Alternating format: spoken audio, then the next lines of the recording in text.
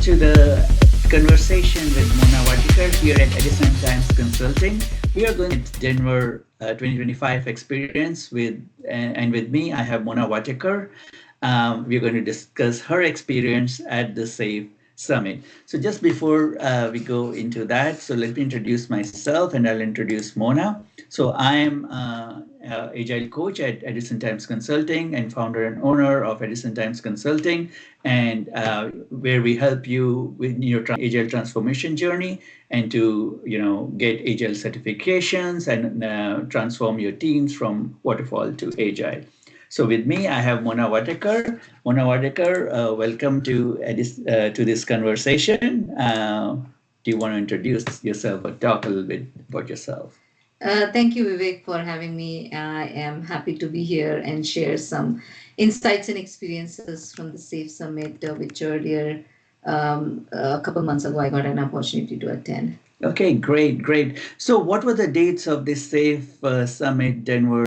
What preparation or registration did you do even prior to attending this summit?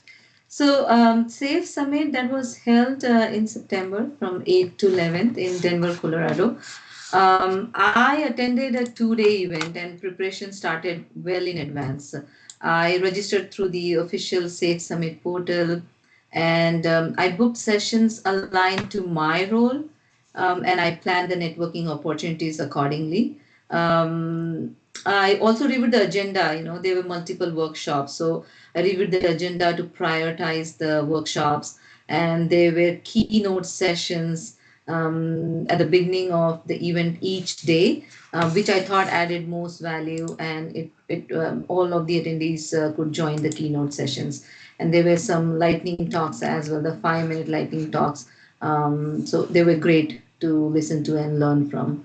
And in fact, I did share some pictures with you from the event showcasing the keynote sessions and some networking events from the 2-day event that I attended. Yes, you did. So let's look at some of those pictures from the event. This seems to be like a nice evening event. What was this about?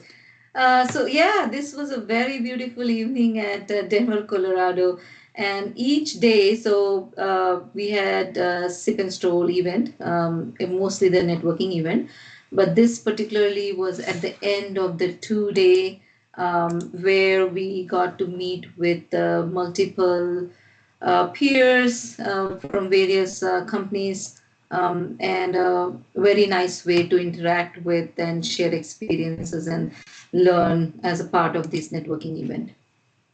That is great. That looks awesome.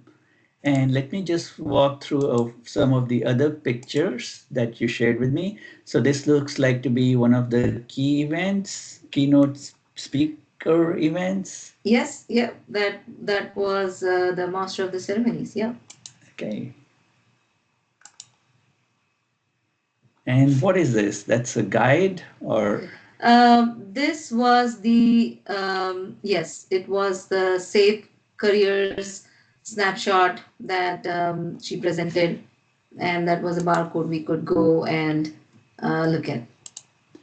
Okay, great. This looks like the sponsors of the Yes, events with yeah, you in the multiple foreground. Yes. And another picture from the SAFE Summit. Great, looks very great. And Mona, you look very happy too. Yeah, I just came back not just with the swag and selfies, but a lot of learning and insights from the event.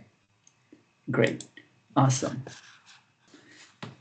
Tell us a little bit about your experience with the SAFE Summit overall.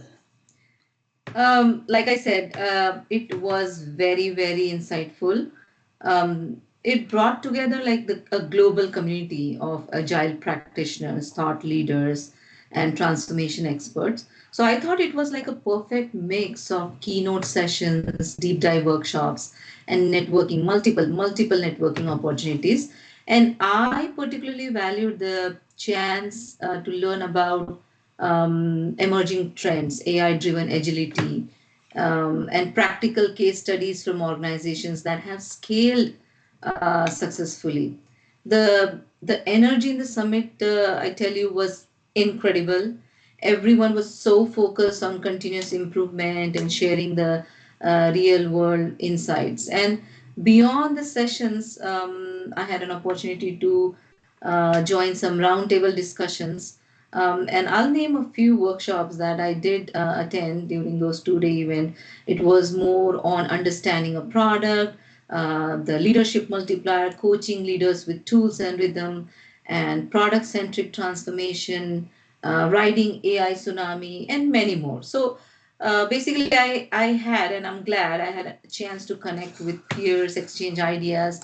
And let me put it this way, that overall, I would say it was not just an event, but a learning experience.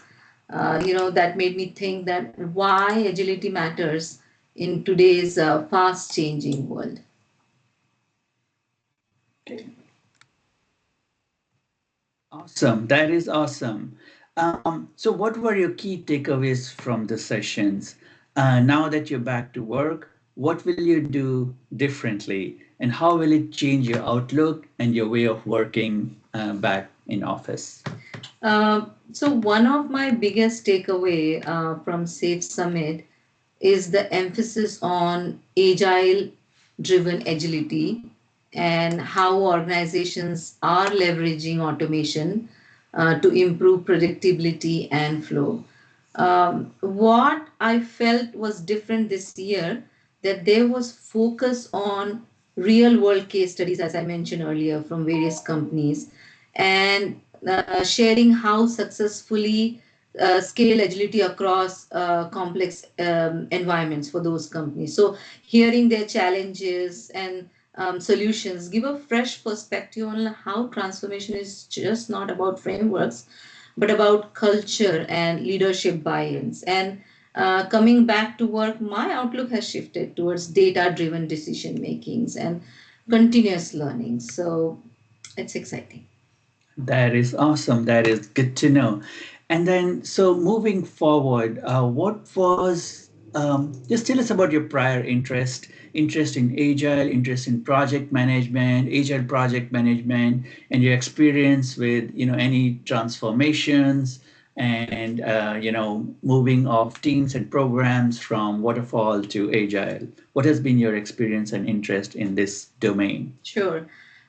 So my interest in agile and project management, it comes from a passion for delivering value quickly and adapting to the change. So traditional waterfall SDLC models, um, and you know that often it struggles with flexibility. And I know that you have tremendous experience working in both the frameworks, and you would agree with the first-hand experience that how it impacts customer satisfaction and team morale. Agile, on the other hand, it empowers team to collaborate, respond to feedback, and continuously improve. We all know that. So, what excites me more is the transformational aspects where organizations shift from rigid sequential processes to a mindset of adaptability and transparency. So moving from waterfall to agile, I feel is just not a process change. It's like a cultural shift. And for me, again, and I think most of you would agree, agile is just not a framework. It's a way of thinking that drives better outcome for both the business and its customers. So yeah, so that's what my outlook over that is. Okay. Yeah. And we all know about safe, scaled agile and how they help us transform from waterfall to agile and the various trainings and the frameworks they have on their website, which we at Edison Times also try to coach and teach and provide certifications for. So thank you, Mona, for sharing that. So teams doing agile and moving to their next level, the scaled agile within the portfolio and within the organization. So, what, in your opinion, are the key areas that they need to look into and work on to get to that next level in their transformation from being skilled teams or agile teams to scaled agile teams across the portfolio and organization? So, scaling agile from individual teams to an enterprise level, I feel requires more than just applying some practices at larger scale. And I feel there are several critical areas to focus on. Alignment across teams and portfolios, so establishing a shared vision and objectives, then ensuring that strategy connects to execution so teams deliver value aligned with business priorities, governance and funding model. So shifting from project based funding to value stream based funding to enable a continuous flow of values.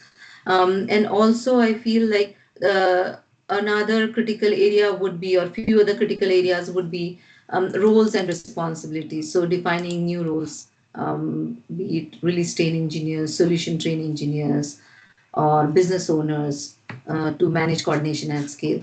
Cultural and mindset shift, we all know, yes, moving from team level agility to enterprise agility. Matrix and continuous improvement, that's also equally important. To implement flow metrics, predictability measures, OKRs to track the progress and outcomes.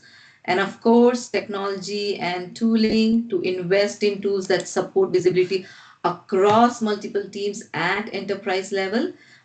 In short, to summarize, I'd say scaling agile is not just about adding more teams. It's about creating alignment and building a culture that supports agility at every level of organization. Awesome. That is a great, a great answer, and definitely thanks for that insight. So, and some companies, definitely the technology companies, do value or concentrate on, a lot on technology and outcomes and the delivery, the final delivery only. They may not concentrate or work too much on processes, whether it's project management processes, agile processes, or, other supporting processes. When you're doing agile, they do not really care about whether you do it, deliver it through agile or waterfall or fragile or anything in between. So, what is your message to those teams that care more about, do not care so much about processes, but say the outcome is more important, so we don't want to follow these kind of processes? Um, and focusing on technology and delivery, it's very, very important. All organizations, so it's very important. So agile isn't, in my mind, agile isn't just about ceremonies. It's about creating predictability, adaptability, and sustainable delivery. So my message would be, and I'll split it into three bullets. First, technology enables speed and process ensures direction. So, if there's no alignment and transparency, so fast delivery can lead to rework and business goals, which we would not want that to happen. Second would be agile practices enablers. So they help teams respond to change, manage dependencies, deliver value continuously. We all know. And third, most importantly, thing is balance is key. So one can be outcome driven and still embrace the lightweight processes that foster collaboration and clarity. So ultimately, the goal isn't agile for agile's sake. It's delivering the right value at the right time. So that's what I would like to say. Awesome. That is great. Thank you, Mona. Thank you so much for sharing your experience, from the SAFE Denver Summit and your experience overall with Agile and project management principles. It's been great to have you here. For any other information for our viewers, I would ask them to contact us at edisontimesnj.com, or for any other information related to any trainings or programs or help with their transformation journey, to reach out to us via any of these emails that I'm sharing, hr@edisontimesnj.com, or to me at vsharma@edisontimesnj.com. And with that, we will sign off. Thank you so much, Mona, for being here Pleasure, my today. pleasure. Pleasure to be here. Happy to be here. Thank you. Thank you.